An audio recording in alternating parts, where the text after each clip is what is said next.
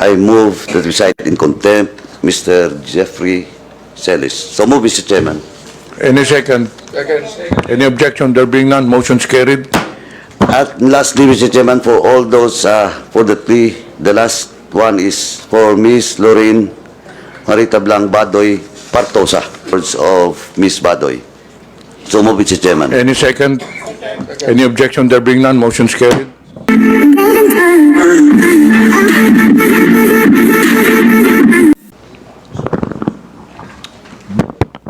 Do you still have questions to the members? If not, we will deliberate on admin matters.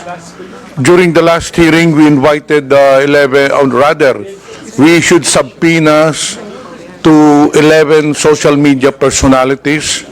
Only 8 appeared.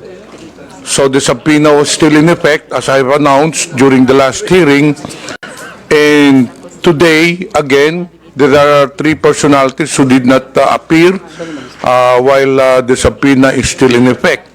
Mr. Alan Troy Sas Rolando Sasot, Ms. Lorraine Marie Tablang Badoy Partosa, and Mr. Jeffrey Almendras Celis. So it's up to this committee to take action on this. Mr. Chairman. Chairman. Yes, Honorable Paduano. Mr. Chairman, on record, I have with me a letter from Ms. Alan Troy Sas Rugando Sasot, and the first and second reply of Ms. Sasot is still the same, no? She is Alan, he siguro. Anyway, she is residing abroad in Beijing, and once again, the reply is still the same. Now, Mr. Chairman, with this, we have invited her, during the first hearing, and this is now the 4th hearing, Mr. Chairman.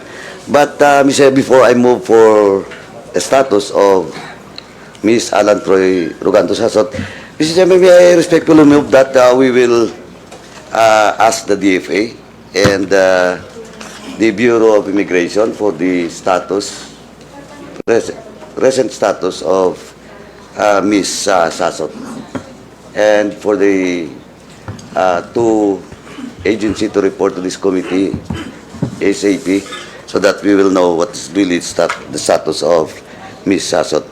And with that, Mr. Chairman, since 4 invitation, and that includes a subpoena at testificandum for Ms. Sasot, may I respectfully move, Mr. Chairman, that we cite in contempt Ms.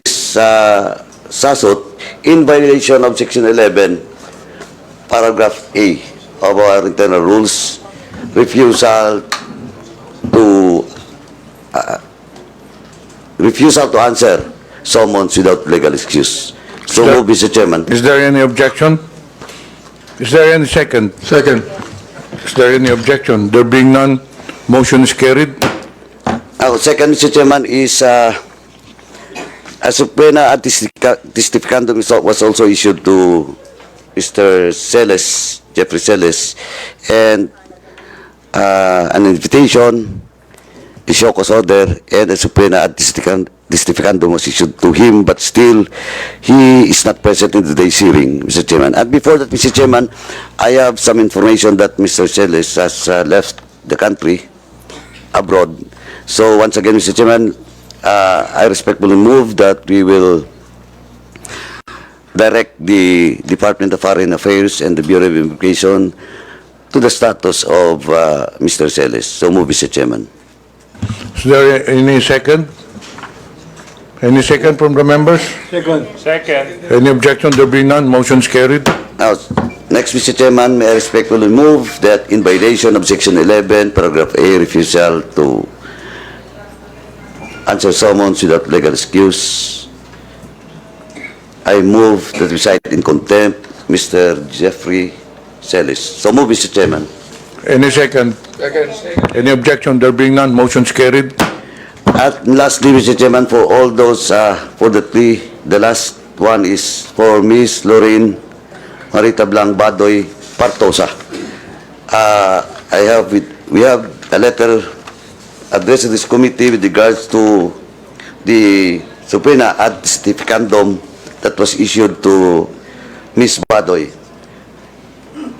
She's now in Hong Kong, and attached is the travel schedule and ticket. Before I move, Mr. Chairman, I respectfully move that once again, may we ask the Bureau of Immigration to the travel records of Ms. Badoy. So move, Mr. Chairman. Any second? Any objection? There being none, motion's carried. Now, Mr. Chairman, may I respectfully move that we cite in contempt Ms. Badoy Partosa in violation of Section 11, Paragraph A of our internal rules for refusal to answer summons without legal excuse. So move, Mr. Chairman.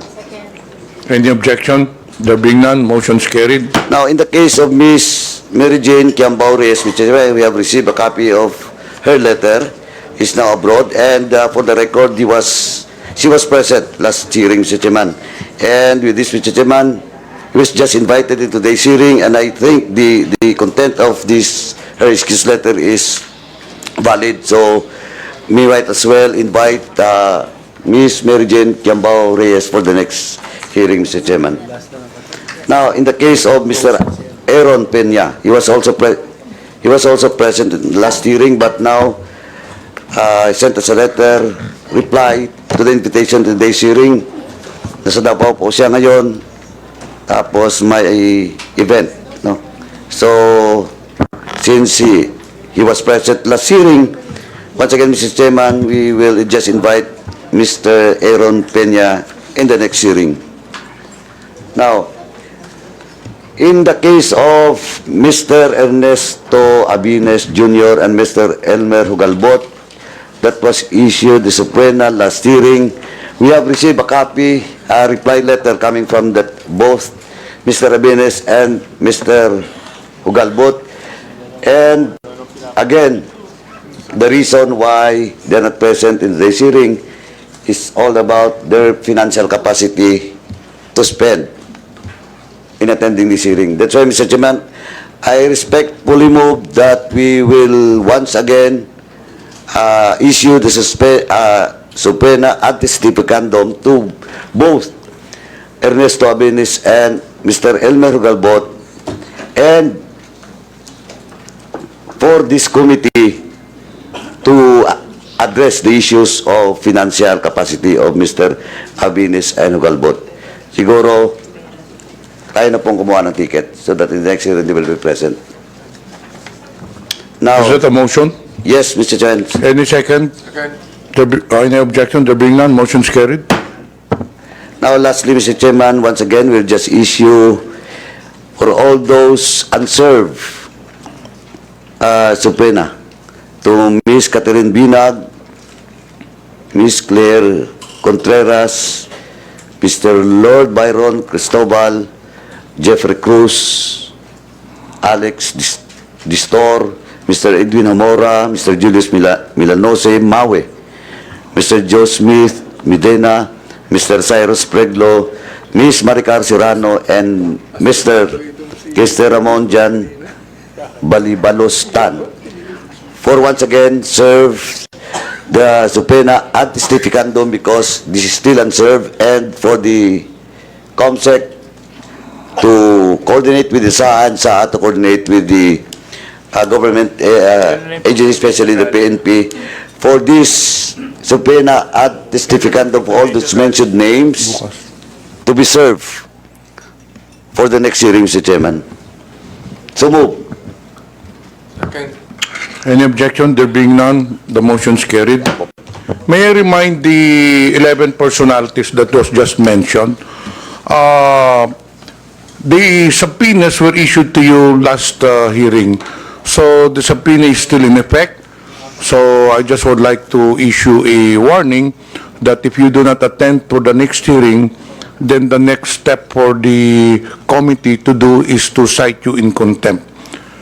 And there are other 3 personalities to be issued subpoenas because they were already issued show cause order to this, 3 personalities but did not appear again. Mr. Alvin Curay, Ms. Maria Christine Cloud Curay, Mr. J. Yumang Sonsa. Mr. Chairman, I move to issue a subpoena ad testificandum for three mentioned name, Mr. Alvin Coray, Miss Maria Christine Claude Coray, Mr. J. Yumang Sonsa. So move, Mr. Chairman.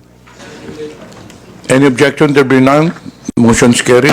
Now, lastly, Mr. Chairman, I'd just like to inform this committee that we have received a copy reply to our invitation for Mr. Mark Anthony Lopez. He was present at the hearing, and he refused to be present today for reason that he has already explained and discussed to us his participation as a blogger.